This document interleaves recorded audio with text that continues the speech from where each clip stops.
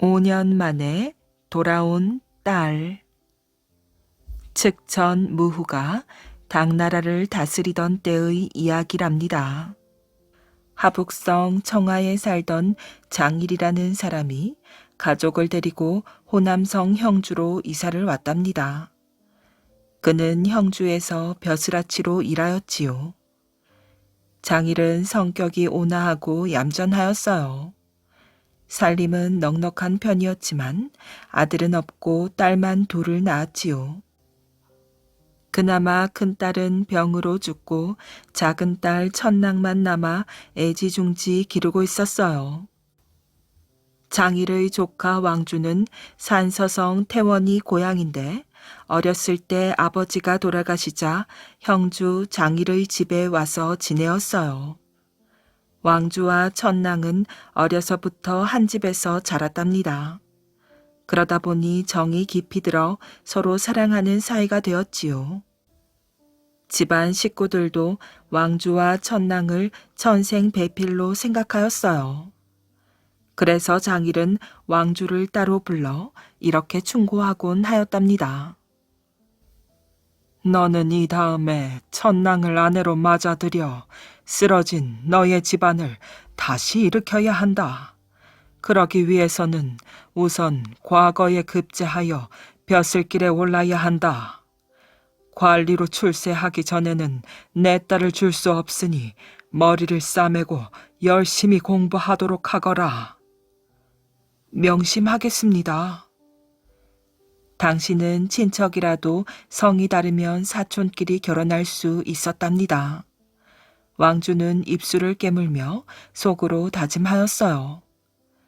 나는 꼭 과거에 급제한 후 관리로 출세해서 천랑과 결혼하여 행복하게 살 것이야. 왕주는 밤낮 없이 공부에 매달리며 단 하루도 손에서 책을 놓지 않았어요.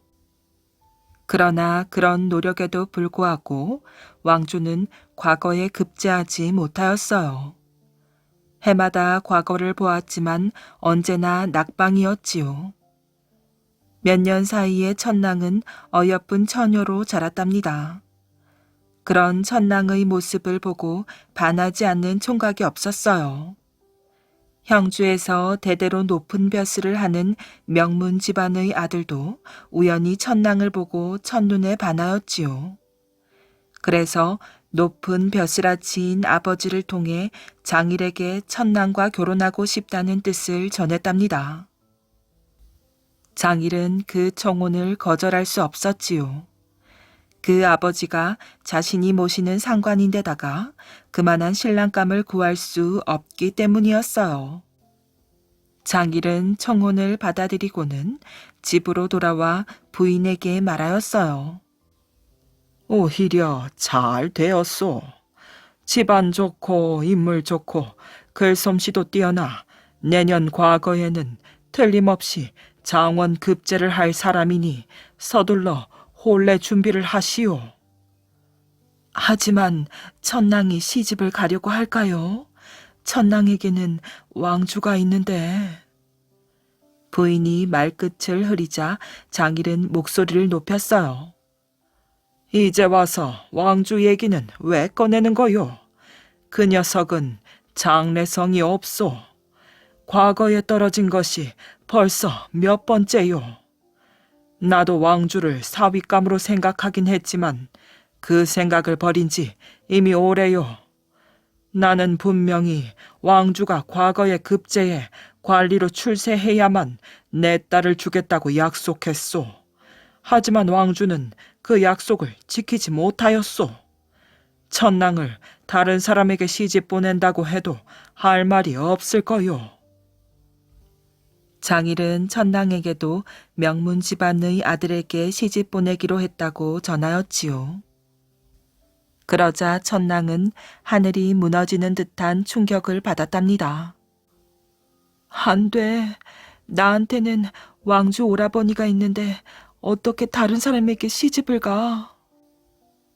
천랑은 상심하여 마침내 병이 나서 자기 방에 몸져 누워버렸답니다.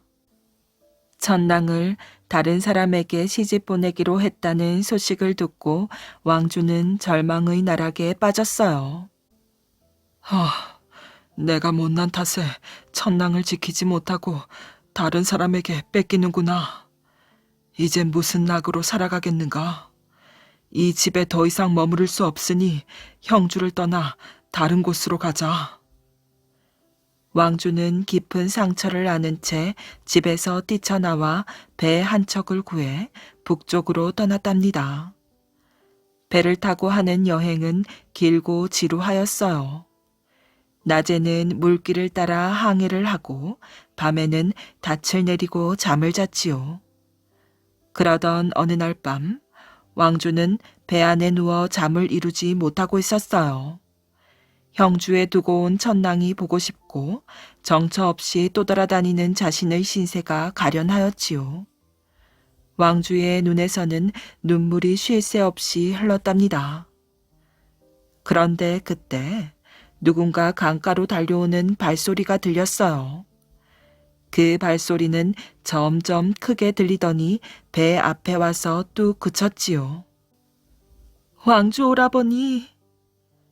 왕주는 자기를 부르는 소리를 들었답니다. 자나깨나 잊지 못하는 천랑이었어요. 왕주 오라버니, 저예요. 집에서 도망쳐 나왔어요. 왕주는 벌떡 일어나 모래사장 쪽을 보니 천랑이 맨발로 서 있었어요. 천랑아! 왕주는 배에서 뛰어나가 천랑을 와라 껴안았지요. 천랑아, 어떻게 된 것이야? 왜 집에서 도망쳐 나왔느냐? 왕주는 천랑을 배 안에 태운 뒤 이렇게 물었답니다. 왕주 오라버니가 보고 싶어 견딜 수 없었어요. 그리고 사랑하는 오라버니를 두고 다른 남자와 결혼하고 싶지 않았어요. 오라버니, 우리 아무도 모르는 곳에 가서 단둘이 살아요. 그래, 검은 머리가 팥불이 되도록 같이 살자꾸나. 천랑아, 내가 지금 꿈을 꾸고 있는 것은 아니겠지? 왕주는 기뻐서 어쩔 줄을 몰랐답니다. 그러나 마음을 놓고 있을 수는 없었지요. 천랑이 집을 나간 것을 알면 장일이 사람들을 풀어 뒤쫓아올지 모르기 때문이었어요. 왕주는 밤이 깊었지만 곧바로 배를 출발시켰어요. 그리하여 한 달 만에 촉지방에 다다라 살림집을 얻었답니다. 두 사람은 이제 친척 오빠와 동생이 아닌 정식 부부가 되어 귀여운 두 아들을 낳고 행복하게 살았어요. 어느새 5년이 지났지요. 천랑은 두 아들의 재롱을 보며 환하게 웃었지만 혼자 있을 때는 얼굴에 그늘이 져 있었어요. 그녀는 고향에 있는 부모님 생각을 하며 날마다 눈물을 흘렸답니다. 왕주는 사랑하는 아내가 고향의 부모님을 그리워하며 눈물로 세월을 보내는 것이 가슴 아팠어요. 그래서 어느 날 그는 아내에게 말하였지요. 우리가 형주를 떠나온 지 벌써 5년이 흘렀구려. 당신이 어디서 무엇을 하며 지낼지 부모님께서 얼마나 걱정을 하고 계시겠소. 당신과 내가 결혼해서 산다는 것도 모르고 계실 테고, 이제는 더 이상 숨어 살지 말고 부모님께 인사를 드리러 갑시다. 이미 부부가 되어 자식까지 낳고 사는데 부모님이 설마 우리를 갈라놓기 하시겠소? 부모님께 용서를 빌고 손자들을 안겨드리는 거요. 여보.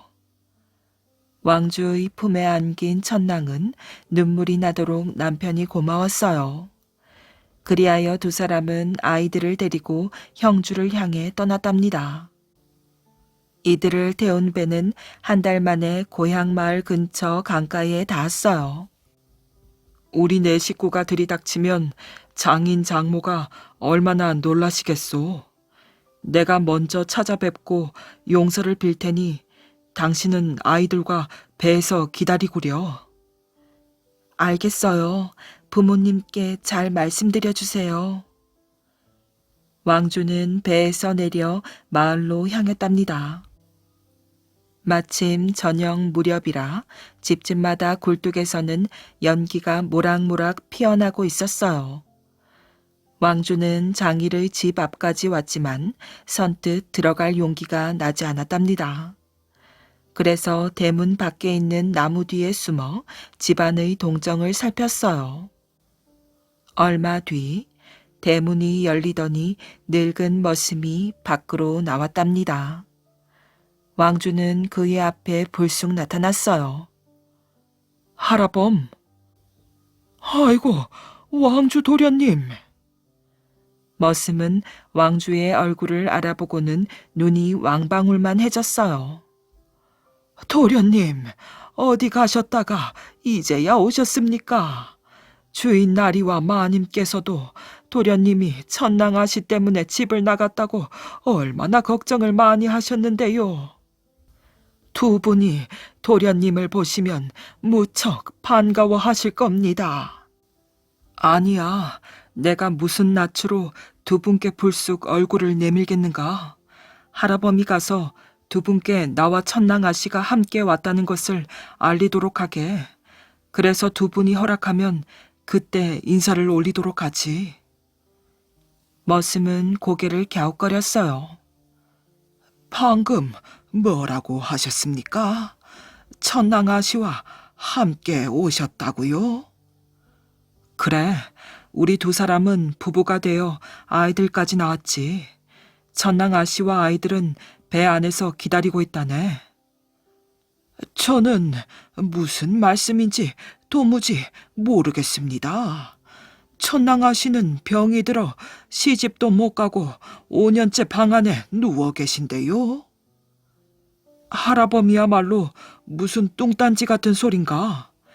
나는 천낭아씨와 결혼하여 5년 동안 함께 살아왔는데 잔말 말고 어서 가서 우리가 왔다고 두 분께 전하도록 하게. 왕주가 다그치자 머슴은 할 수 없이 집 안으로 들어갔어요. 가엾은 도련님, 천낭아씨를 간절히 그리워하다가 미치셨나 보구먼. 머슴은 이런 생각을 하며 장일 부부 앞으로 갔답니다. 주인 나리, 왕주 도련님이 오셨습니다. 그래? 어서 안으로 들어오라고 하게. 장일 부부는 왕주가 왔다는 말에 기쁜 표정을 지었어요. 그런데 주인 나리, 왕주 도련님이 좀 이상합니다. 천낭아씨와 함께 왔다고 하며 천낭아씨와 부부가 되어 아이들까지 낳았답니다. 지금 배 안에서 천낭아씨와 아이들이 기다리고 있다지 뭡니까? 그게 무슨 소린가? 내 딸 천낭이는 5년 전에 중병에 걸려 시집도 못 가고 방 안에 누워 있는데 할아범이 잘못 들었겠지. 왕주가 다른 지방에서 장가를 들어 자기 처와 자식들을 데리고 왔다는 거겠지. 아무튼 할아범이 가서 왕주와 가족들을 모두 데리고 오너라. 예, 알겠습니다, 주인 나리. 머슴은 대문 밖으로 나가 왕주에게 말하였어요. 도련님, 주인 나리께서 가족들도 데리고 오라고 하셨습니다. 함께 가시지요. 왕주는 머슴을 데리고 강가로 갔답니다. 둘이 강가에 다다르자 천낭이 배 안에서 나와 머슴을 반겼어요. 할아범, 이게 얼마만인가? 아버지 어머니는 잘 계시지? 머슴은 천낭의 얼굴을 보고 입이 쩍 벌어졌어요. 세상에, 이럴 수가. 천낭 아씨와 얼굴이 똑같다니. 그럼 집에 있는 아씨와 내 앞에 있는 아씨 중에 누가 진짜인가? 머슴은 아무 대답도 못하고 넋없이 바라보기만 하였답니다. 뭘 그리 놀라서 쳐다보는가? 어서 집으로 가지. 왕주의 재촉에 머슴은 정신을 차리고 앞장섰어요. 장일의 집 대문 앞에 먼저 달려온 머슴은 집안을 향해 큰 소리로 외쳤답니다. 주인나리, 왕주 도련님과 천랑 아씨가 오셨습니다. 장일 부부는 이 말을 듣고 안방에서 나왔답니다. 그런데 자기 방에 누워있던 또 다른 천랑이 벌떡 일어서더니 방문을 열고 나와 대문 밖으로 뛰쳐나갔어요. 장일 부부는 휘둥그레진 눈으로 자기 딸을 쳐다보았지요. 왕주가 떠난 뒤 방 안에 꼼짝하지 않고 누워 지내던 딸이 기운을 차려 밖으로 달려나갔기 때문이었어요. 아니, 저 아이가... 장일 부부는 허둥지둥 딸의 뒤를 쫓아갔지요. 그런데 얼마쯤 가다가 그들은 걸음을 멈추고 말았어요. 천랑과 똑같이 생긴 여인이 왕주와 더불어 두 아들의 손을 잡고 맞은편에서 걸어오는 것이었지요. 그 여인은 왕주 부부를 보자 손을 흔들며 소리쳤어요. 아버지, 어머니, 제가 돌아왔어요. 그때 놀라운 일이 벌어졌지요. 집에서 달려나온 천랑과 왕주와 함께 오던 천랑이 마주치자 두 몸이 합쳐져 하나가 되는 것이었답니다.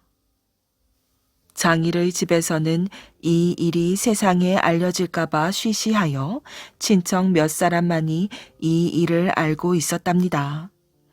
40년이 지난 뒤 왕주 부부도 마침내 세상을 떠나고 두 아들은 나란히 과거에 급제하여 높은 벼슬에 올랐답니다. 열매가 열리지 않는 전등 사이의 은행나무.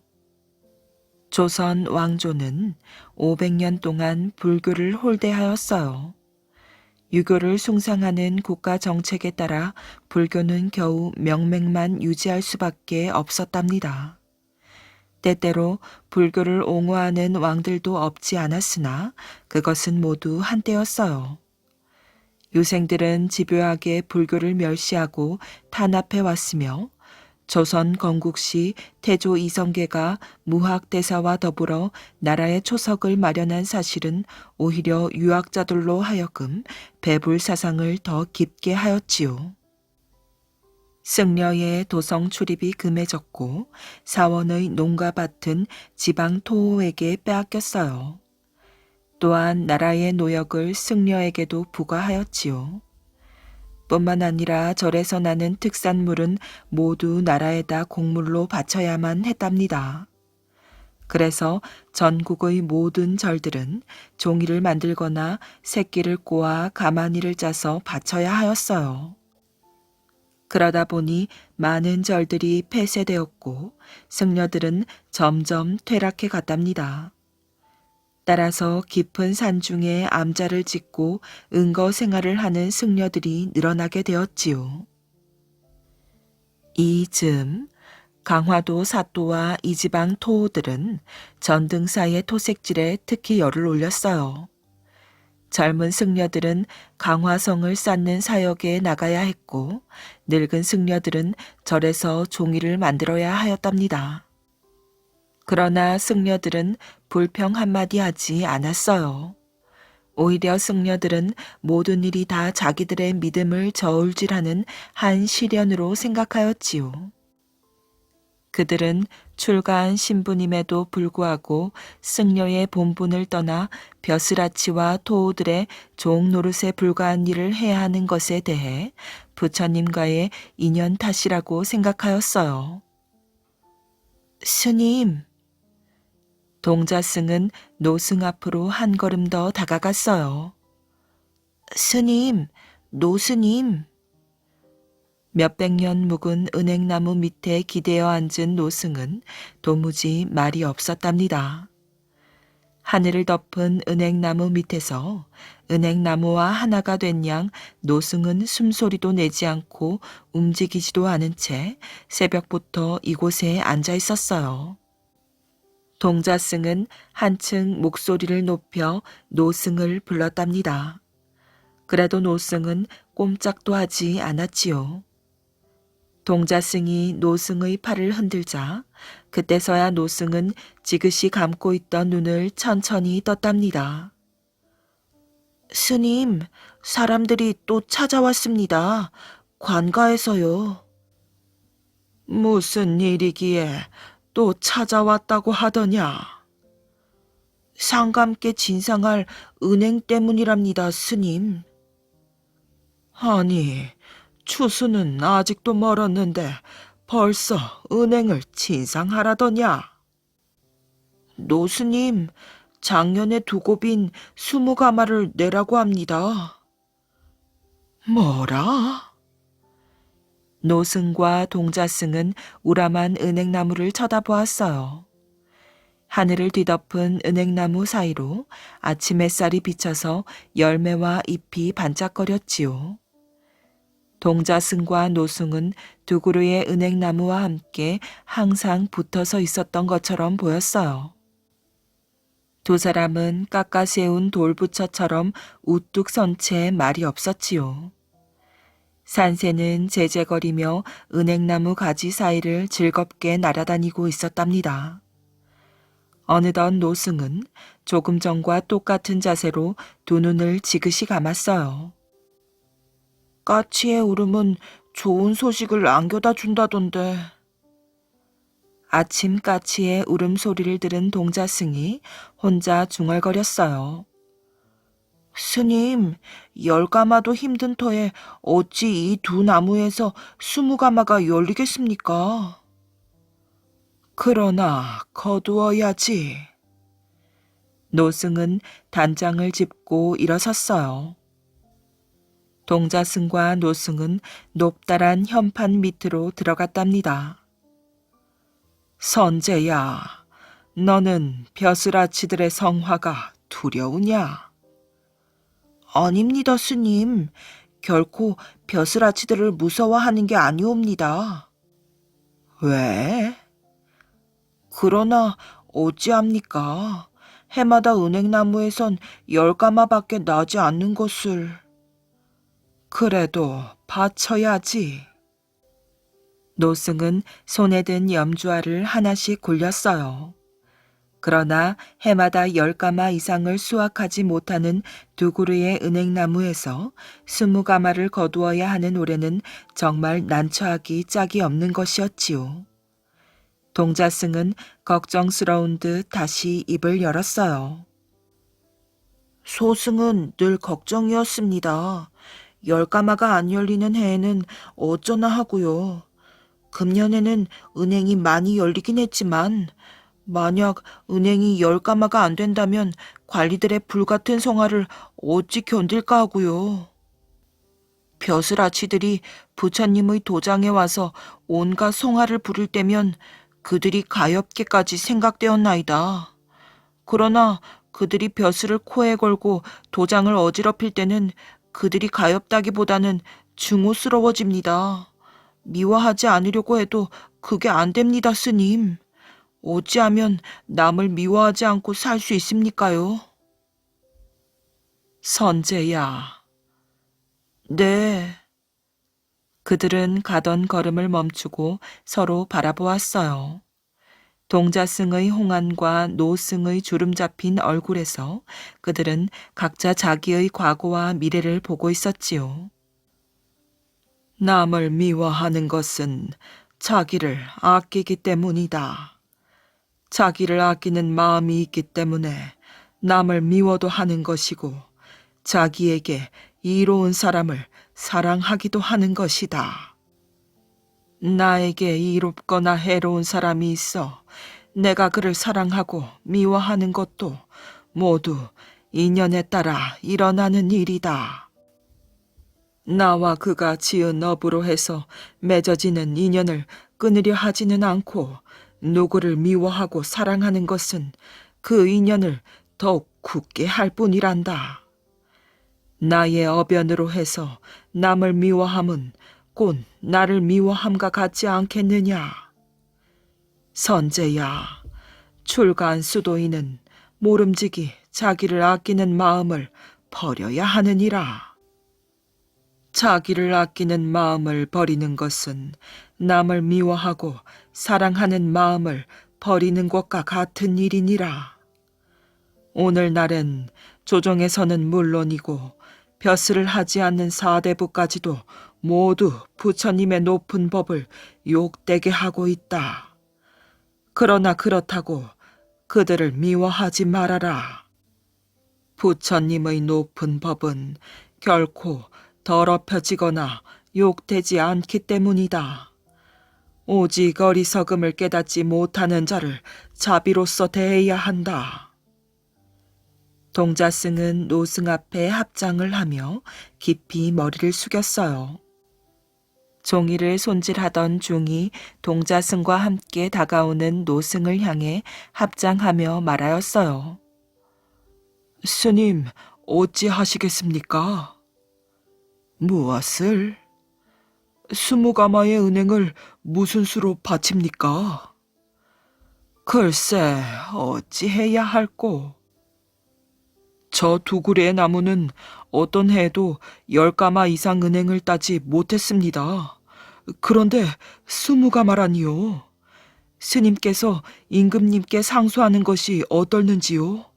사람의 힘으론 도저히 할 수 없는 일이 아니겠습니까? 상소라. 소용없는 일이니라. 지금 조정은 무슨 구실이든 있기만 하면 불교를 탄압하려 하는 터이다. 그런데 상소를 올리면 중들이 임금을 섬기기 싫어한다고 모함할 것이다. 그러면 탁발을 해서라도 20가마의 은행을 바칠 수밖에 없지 않겠습니까? 탁발도 안 될 일이다. 탁발을 해서 은행을 진상한다면 벼슬아치들은 중들이 좋은 은행은 다 먹고 탁발한 은행을 진상했다고 또 트집을 잡을 것이 아니냐. 노승의 주위엔 하나 둘씩 전등 사이의 승려들이 모두 모여들었어요. 그들은 노승을 둘러싸고 침통한 얼굴로 서 있었지요. 노승은 말을 잃은 채 걱정하는 중들을 천천히 둘러보았어요. 너희는 걱정하지 말아라.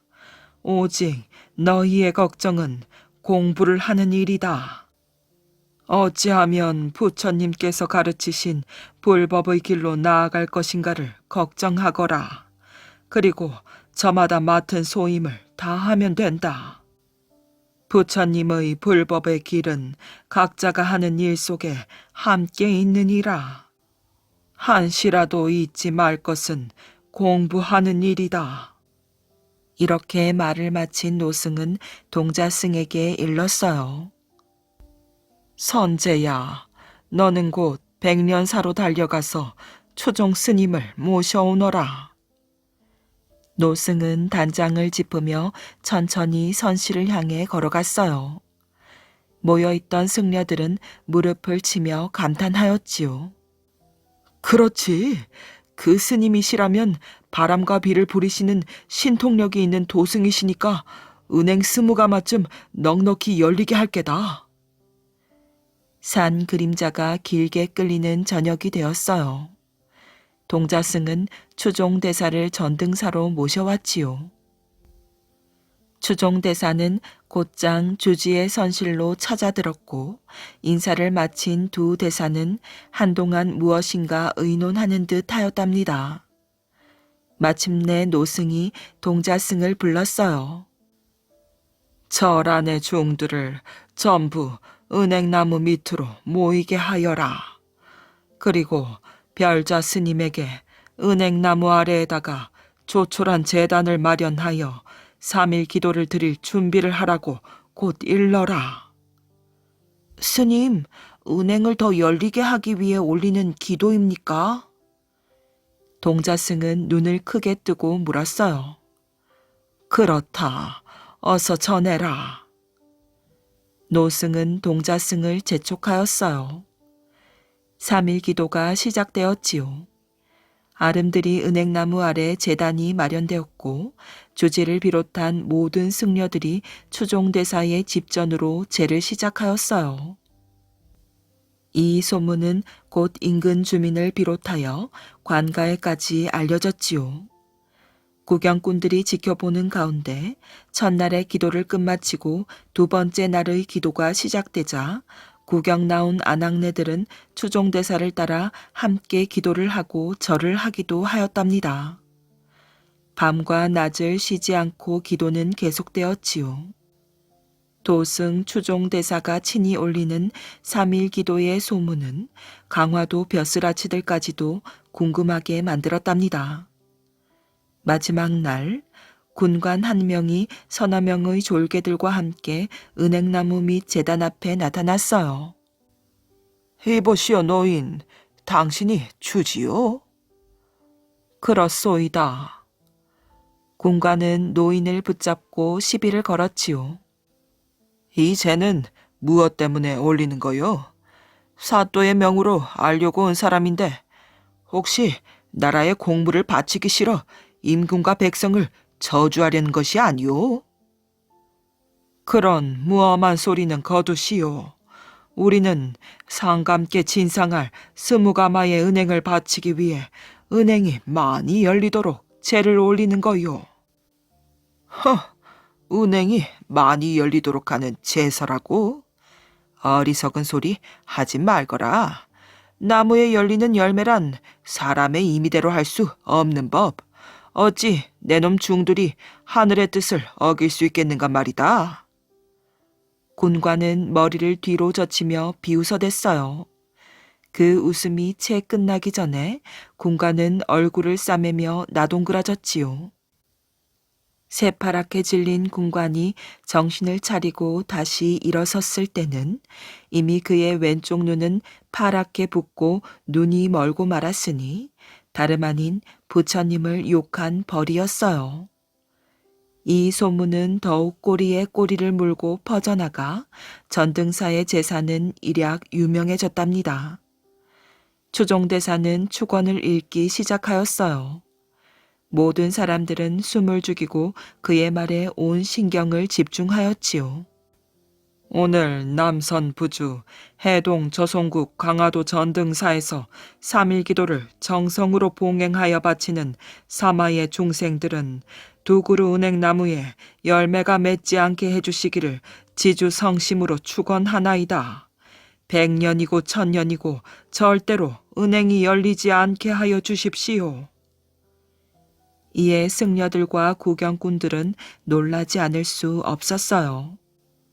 동시에 하늘에선 뇌성병력이 치고 먹구름이 몰려들더니 비와 우박을 퍼부어대는 바람에 은행나무의 열매가 우수수 다 떨어지고 말았답니다.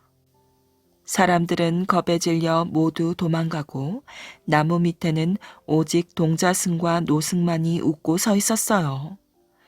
이후 전등사 은행나무는 열매가 열리지 않았답니다. 앞으로 몇천 년이 지나가도 그 은행나무는 열매가 맺히지 않을 것이에요. 이날 이후로 사람들은 어느 누구도 동자승과 노승을 보지 못하였어요.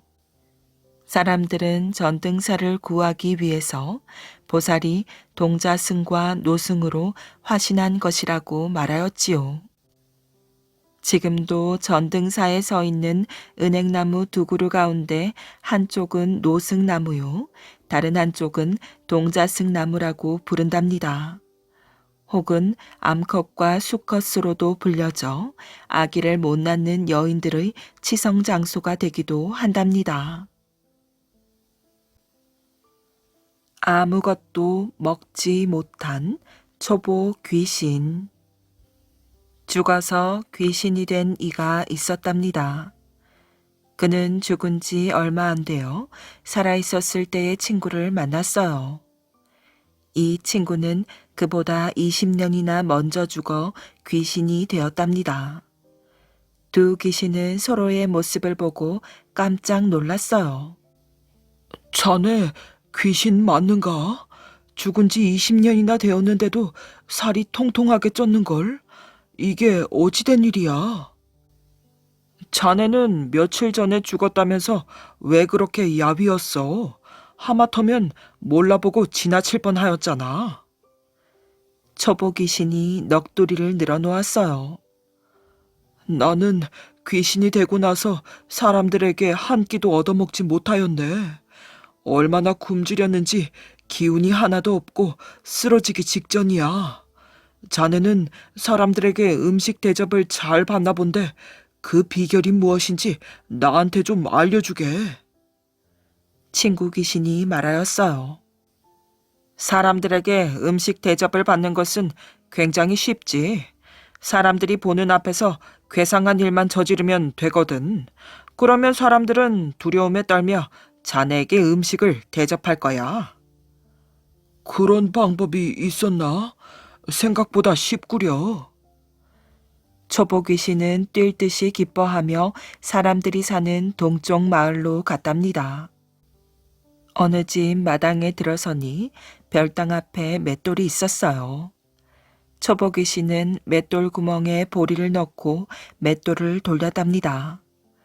그러자 보리가 곱게 갈아졌어요. 집주인 농부는 불교를 믿는 사람이었지요. 이 광경을 보고 자식들에게 말하였어요. 얘들아, 여기 좀 보거라.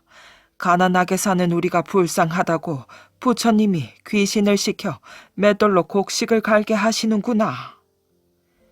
농부는 보리를 잔뜩 가져와 초보 귀신에게 주었답니다. 초보 귀신은 날이 어두워질 때까지 쉬지 않고 보리를 갈았어요. 너무 지쳐서 녹초가 된 초보 귀신은 농부의 집을 떠났답니다. 그리고 친구 귀신에게 찾아가 화를 내며 말하였지요. 괴상한 일만 저지르면 음식 대접을 받는다고? 음식 대접은커녕 물 한 그릇 얻어 마시지 못했네. 자네는 어째서 내게 거짓말을 했는가? 친구 귀신이 말하였어요. 내일 한 집만 더 들러보게. 음식 대접을 받게 될 것이야. 다음 날 초보 귀신은 친구 귀신이 시키는 대로 서쪽 마을로 가서 대문이 활짝 열린 집으로 들어갔어요. 그 집 대문 옆에는 방아가 있었지요. 새 귀신은 어제처럼 곡식을 넣고 방아를 찧었답니다. 그러자 곡식이 곱게 빠졌어요. 이번 집주인 농부는 도교를 믿는 사람이었어요. 그는 이 광경을 보고 반가워 소리쳤지요. 어제 동쪽 마을에서 귀신이 맷돌로 곡식을 갈아주었다지. 오늘은 나를 도와주러 왔구나. 노자님이 가난한 우리를 불쌍히 여겨 귀신을 보내셨나 봐. 집주인은 곡식을 잔뜩 가져와 초보 귀신에게 주었답니다. 이번에도 초보 귀신은 날이 어두워질 때까지 쉬지 않고 곡식을 빻았어요. 너무 지쳐서 녹초가 된 초보 귀신은 농부의 집을 떠났답니다. 그리고 다시 친구 귀신에게 찾아가 화를 내며 말하였지요. 자네, 나한테 이럴 수가 있는가? 자네 말만 믿고 이틀 동안 힘들게 일했지만 아무것도 얻어먹지 못하였네. 친구 귀신이 말하였어요. 음식 대접을 받지 못한 것은 자네가 운이 없어서야. 집주인이 불교나 도교를 믿는 사람이었으니 물 한 그릇 얻어 마시지 못하는 게 당연하지. 앞으로는 종교가 없는 사람을 찾아가게. 그럼 틀림없이 음식 대접을 받을 것이야.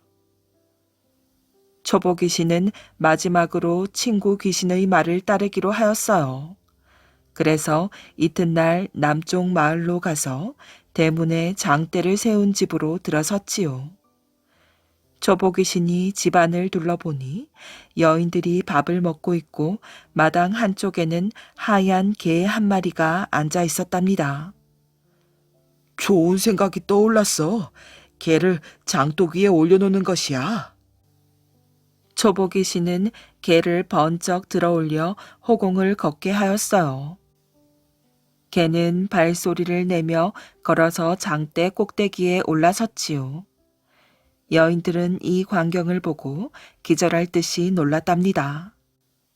아이고, 그동안 우리 집에 아무 일이 없었는데 오늘은 어째서 이런 괴상한 일이 일어났지? 여인들은 두려움에 떨다가 점쟁이를 집으로 불렀어요. 점쟁이는 점을 치더니 다음과 같이 말하였어요. 아하, 굶주린 귀신이 찾아왔군요. 음식을 한 상 차려 마당에 놓고 제사를 지내십시오. 그러면 더 이상 이상한 일이 일어나지 않을 것입니다. 여인들은 점쟁이가 시키는 대로 음식상을 마당에 차려 제사를 지내었어요. 초보귀신은 좋아서 입이 귀미까지 벌어졌지요. 정말 괴상한 일만 저지르면 음식 대접을 받는다더니 친구 말이 맞았구나. 그동안 몹시 굶주렸던 초보 귀신은 개걸스럽게 음식을 먹어 치웠답니다. 회화나무 속의 나라 괴안구. 고사성어 남가 일몽은 남쪽 가지 아래서의 꿈이라는 뜻으로 인생의 덧없음을 비유하여 이르는 말이랍니다. 이 고사성어에 회화나무가 나오는데 중국 당나라 때의 정기소설 남가 태수전에는 그에 얽힌 이런 이야기가 실려 있지요. 당나라 덕종 때 양자강 하류에 있는 광릉에 순우분이라는 사람이 살았어요. 그의 집 마당에는 커다란 회화나무가 있었지요. 어느 날 그는 친구 두 사람을 집으로 불러 회화나무 아래에 앉아 술을 마셨답니다. 그런데 술에 골아떨어졌다가 깨어보니 괴안국 임금님이 보냈다는 낯선 두 사람이 서 있었어요. 순우부는 마차를 타고 회화나무 구멍 속으로 들어가 괴안국을 찾아갔지요. 그리고 그곳에서 임금님의 사위가 되고 남가군 태수가 되는 등 부귀 영화를 누렸답니다. 하지만 순우분이 정신을 차려보니 자신이 회화나무 그늘 아래 누워 있었어요. 아니, 내가 이제까지 회화나무의 남쪽 가지 밑에 누워 낮잠을 잤단 말인가? 순우부는 친구들과 같이 회화나무 구멍 속을 파보았어요. 그 속에는 궁전 모양을 한 개미집이 있고 커다란 개미 두 마리가 수십 마리 개미들의 호의를 받고 있었어요. 이곳이 바로 괴안국의 궁전이었구나. 커다란 개미 두 마리는 왕과 왕비이고. 순우부는 구멍 속으로 들어가 남쪽 가지 쪽을 파들어갔어요. 그러자 성 모양의 개미집이 나왔답니다. 이곳이 바로 남가군이었지요. 남가 일몽이로구나.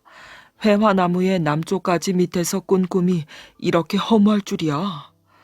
아, 인생의 부귀영화가 한 자락의 꿈과 같고 다 부질없는 것이로구나. 한 번의 꿈으로 인생의 허무함을 깨달은 순우부는 그 후 술을 멀리하고 돌을 닦는 데 힘썼다고 한답니다. 이 이야기에 회화나무가 나오기 때문에 남가 일몽 또는 괴안몽이라는 말이 생겨났어요. 회화나무 고목의 썩은 껍질에는 개미들이 살아 개미집을 괴안국이라고 부른다고 한답니다. 어머니를 지킨 아들. 어느 고을 사또가 마을을 돌아다니다가 길에서 한 여인을 보았답니다. 아니, 저렇게 아름다운 여자가 있었다니. 사또는 여인을 보자마자 첫눈에 반해버렸어요. 저 여인이 어디에 사는 누구인지 알아오너라. 사또는 이방을 시켜 여인에 대해 알아보았지요. 그랬더니 이미 결혼하여 나무꾼 남편과 자식이 있다는 것이었어요. 사또는 여인이 보고 싶어 병이 났답니다. 무슨 수를 쓰든지 여인을 빼앗아 부인으로 삼고 싶었어요. 사또는 국리 끝에 여인의 남편을 불러 말하였어요. 너는 산에 나무를 하러 다닌다면서 지금 당장 산에 가서 머루 서마를 따오너라. 여인의 남편은 어처구니 없다는 표정을 지었답니다. 사또, 지금은 한겨울입니다. 나지도 않은 머루를 어찌 따오라 하십니까? 시키는 대로 할 것이지 웬 잔말이 많으냐. 만일 머루를 따오지 않으면 너의 아내를 데려가겠다. 집으로 돌아온 남편은 방구들이 꺼져라 한숨을 내쉬었답니다. 아무리 생각해봐도 머루를 구할 방법이 없었지요. 아들이 아버지에게 물었어요. 아버지, 왜 한숨을 쉬세요? 무슨 걱정거리라도 있으세요? 세상에 이런 기막힌 일이 다 있구나. 사또가 머루 서마를 따오라는데 이 한겨울에 어디서 머루를 구하겠니? 머루를 구해오지 못하면 네 어머니를 빼앗겠단다. 아들은 곰곰이 생각해보더니 웃으며 말하였어요. 아버지, 조금도 걱정하지 마세요. 제가 알아서 해결할게요. 아들은 곧바로 고을 사또를 찾아갔어요. 사또가 물었답니다. 아버지는 안 오고 어째서 네가 왔느냐? 아들이 대답하였어요. 아버지는 깊은 산속으로 머루를 따러 가셨다가 독사에게 물리셨습니다.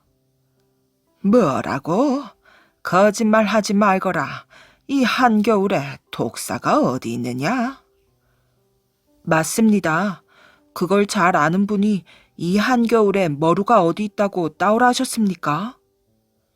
사또는 말문이 막혀버렸어요.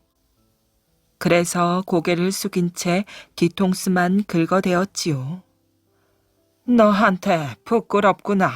내가 잘못하였다. 사또는 용서를 구하고 지혜로운 아들에게 큰 상을 내렸답니다. 여우에게 당한 늑대. 동물의 왕인 백두산 호랑이가 중한 병으로 앓아누웠어요. 이 소문이 퍼지자 산에 있는 동물들이 문병을 왔답니다. 곰은 300년 묵은 산삼을 바쳤으며 사슴은 자기 뿔을 잘라가지고 왔답니다. 호랑이 굴 앞에는 아까부터 늑대가 와서 문병 온 동물들을 지켜보고 있었어요. 여우 녀석이 끝내 안 나타나는데 이번 기회에 그 녀석을 없애버려야겠어. 늑대는 여우와 앙숙이었어요. 언젠가 한번 혼내줘야겠다고 벼르던 참이었지요. 늑대는 호랑이 굴로 들어가 인사한 뒤 호랑이에게 말하였어요. 임금님, 다른 동물들은 전부 문병을 왔는데 여우만 문병을 오지 않았습니다. 여우는 임금님이 돌아가시면 자기가 왕 노릇을 하겠다고 허튼 꿈을 꾸고 있답니다. 뭐라고? 저런 괘씸한 놈이 있나? 당장 붙잡아 오너라. 잡아먹어야겠다. 예, 분부대로 하겠습니다. 늑대는 넙죽 엎드려 절을 한 뒤 호랑이 굴을 떠났어요. 이때 여우가 떡갈나무 뒤에서 나왔답니다. 여우는 뒤늦게 호랑이에게 문병을 왔다가 호랑이 굴에서 새어나오는 이야기 소리를 모두 들었지요. 여우는 화가 치밀어 올랐어요. 아무 죄 없는 나를 모함하다니. 이놈 늑대 어디 두고 보자. 여우는 분에 못 이겨 이를 갈았지요. 호랑이는 여우가 나타나자 눈에 쌍심지를 켰답니다. 몹시 화가 나서 호통을 치려는 순간 여우가 먼저 입을 열었어요. 아이고 임금님, 늦게 와서 죄송합니다. 그럴 만한 사정이 있었습니다. 저는 임금님이 편찮으시다는 소식을 듣고 약을 구하러 머나먼 중국 땅까지 다녀왔습니다. 수고가 많았구나. 나는 그것도 모르고 죄 없는 너를 해칠 뻔하였어. 그래, 약은 구해왔느냐? 예, 어떤 약이 임금님의 병을 낫게 하는지 알아왔습니다. 이 약을 잡수기만 한다면 금방 효과를 거둔다고 합니다. 그게 정말인가? 예, 중국에서 가장 유명한 의원이 처방을 내린 것입니다. 그래, 무슨 약인가? 호랑이는 침을 꿀꺽 삼키고 귀를 기울였어요. 그 약은 바로 늑대의 간입니다. 늑대의 간이라고? 예, 그렇습니다. 하루바삐 늑대의 간을 드셔서 기운을 차리시기 바랍니다. 알겠다. 여우야, 너야말로 나의 충성스러운 부하로구나. 내가 큰 상을 내리겠노라. 호랑이는 기쁨에 젖어 여우에게 산삼을 주었어요. 잠시 뒤 늑대가 호랑이 굴에 나타났어요. 호랑이는 늑대를 물어 죽이고 그 간을 꺼내 먹었답니다. 도깨비와 씨름하기. 여보, 곧 추석이니 우리도 장을 봐야지요. 장을 보려면 돈이 있어야 하는데 집에 돈이 없지 않소. 그래도 조상님께 차례는 지내야지요. 아이들 옷도 한 벌씩 지어주어야 하는데. 깊은 산골 마을에 이서방이라는 사람이 살고 있었어요. 이서방에게는 농사 지을 땅이 없었지요. 그래서 남의 집 일을 도와주며 가난하게 살았답니다. 하지만 이서방은 아내와 아들, 딸을 데리고 행복하게 살았어요. 여보, 오늘은 산에 가서 나무라도 해와야겠소. 내일 장에 가서 나무를 팔면 물건을 살 수 있을 테니 말이오. 이서방은 열심히 나무를 하였지요. 여보, 다른 건 못 사오더라도 조상님께 차례 지낼 고기와 과일은 꼭 사오세요. 그리고 해가 지기 전에 돌아오세요. 아내는 문 밖까지 나와 이서방에게 말하였지요. 장이 서는 읍에 가려면 고개를 여러 개 넘어야 했어요. 그래서 이서방은 날이 환하게 밝기 전에 집을 나섰답니다. 이 장작을 팔면 얼마나 받을 수 있을까?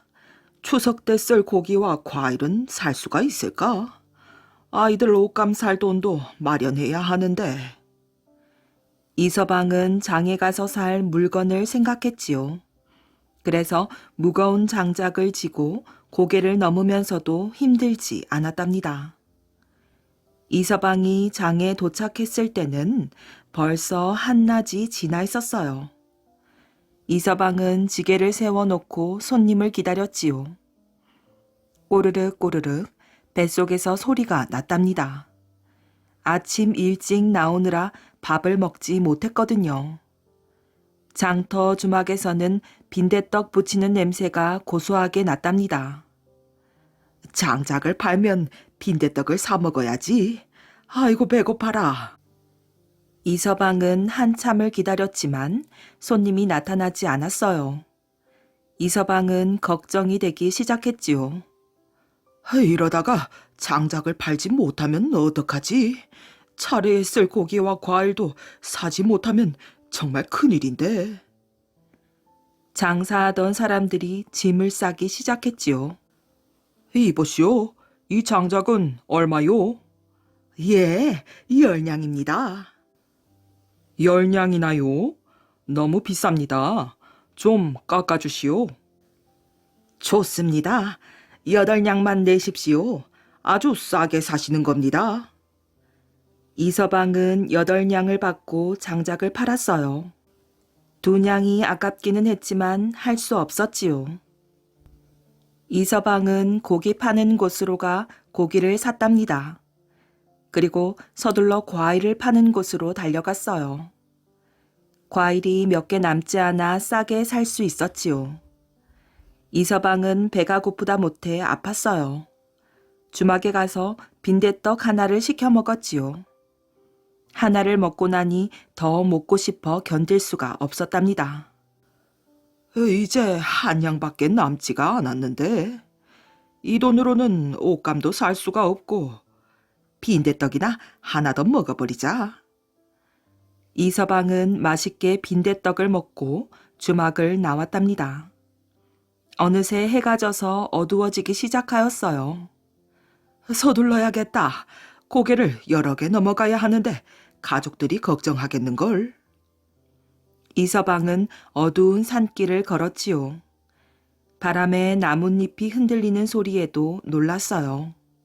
그래서 허허하고 기침을 하였답니다. 힘이 쏟는 것 같았지요. 이서방은 장에서 산 고기와 과일을 꼭 쥐고 열심히 걸었어요. 이제 한 고개만 넘으면 집에 닿을 수 있었지요. 그런데 고개 꼭대기에 왔을 때쯤이었어요. 이서방. 이서방은 너무 놀라 돌뿌리에 걸려 넘어질 뻔하였지요. 나무 아래에 빨간 빛 2개가 반짝였어요. 이서방, 나랑 씨름 한판 하세. 두 눈이 빨갛고 키가 큰 사람이 이서방에게 걸어왔어요. 이서방은 겁이 나서 다리가 후들후들 떨렸답니다. 이게 말로만 듣던 도깨비로구나. 도깨비는 씨름을 좋아하지요. 그래서 밤에 도깨비를 만난 사람은 도깨비와 씨름을 해야 했어요. 씨름 말인가? 이 밤중에 무슨 씨름을 하나? 이서방은 무서웠지만 아무렇지도 않은 듯 말하였지요. 씨름을 해서 내가 이기면 그 고기를 줘. 이 고기는 차례에 쓸 거라 줄 수가 없네. 그럼 너는 이 고개를 넘어갈 수가 없다. 자네가 나랑 씨름을 하는 게 소원이라면 좋아, 씨름을 하지. 이서방은 씨름을 하지 않겠다고 버틸 수가 없었답니다. 이서방과 도깨비는 서로 허리춤을 잡았어요. 이놈의 도깨비를 어떻게 이긴담? 이서방은 벌써부터 땀이 났답니다. 이서방은 도깨비를 잡고 빙빙 돌았어요. 도깨비를 들어 올리려고 힘도 주었지요. 하지만 여간 어려운 게 아니었어요. 서로 힘이 비슷하니 쉽게 승부가 나지 않았답니다. 날이 밝을 때까지만 참으면 되는데 자꾸 힘은 빠지고 도깨비는 끄떡도 없으니. 도깨비는 해가 있을 때는 돌아다닐 수 없었지요. 해가 뜨면 도깨비는 힘을 쓸 수가 없었어요. 그런데 이서방은 날이 밝기 전에 힘이 빠질 것 같았어요. 치면 고기를 주어야 하는데 어떡하지? 옳거니 할아버지께서 도깨비는 왼쪽으로 넘어뜨려야 한다고 하셨어. 마지막으로 이서방은 힘을 모았어요. 하나, 둘, 셋. 왼쪽으로 도깨비를 힘껏 밀었답니다.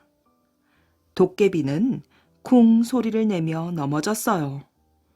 이서방은 얼른 칡덩굴로 도깨비를 커다란 나무에 꽁꽁 묶었답니다. 그리고는 지친 몸을 이끌고 간신히 집으로 돌아왔지요. 이서방은 자기 집 마당에 쓰러졌어요. 식구들이 뛰어나와 이서방을 방으로 옮겼지요. 얘들아, 저 고개 위 큰 나무에 도깨비가 묶여 있을 것이다. 밤새 도깨비와 씨름을 해서 겨우 이겼단다. 아이들은 도깨비를 보려고 고개로 달려갔어요. 그런데 아무리 찾아보아도 도깨비는 없었지요.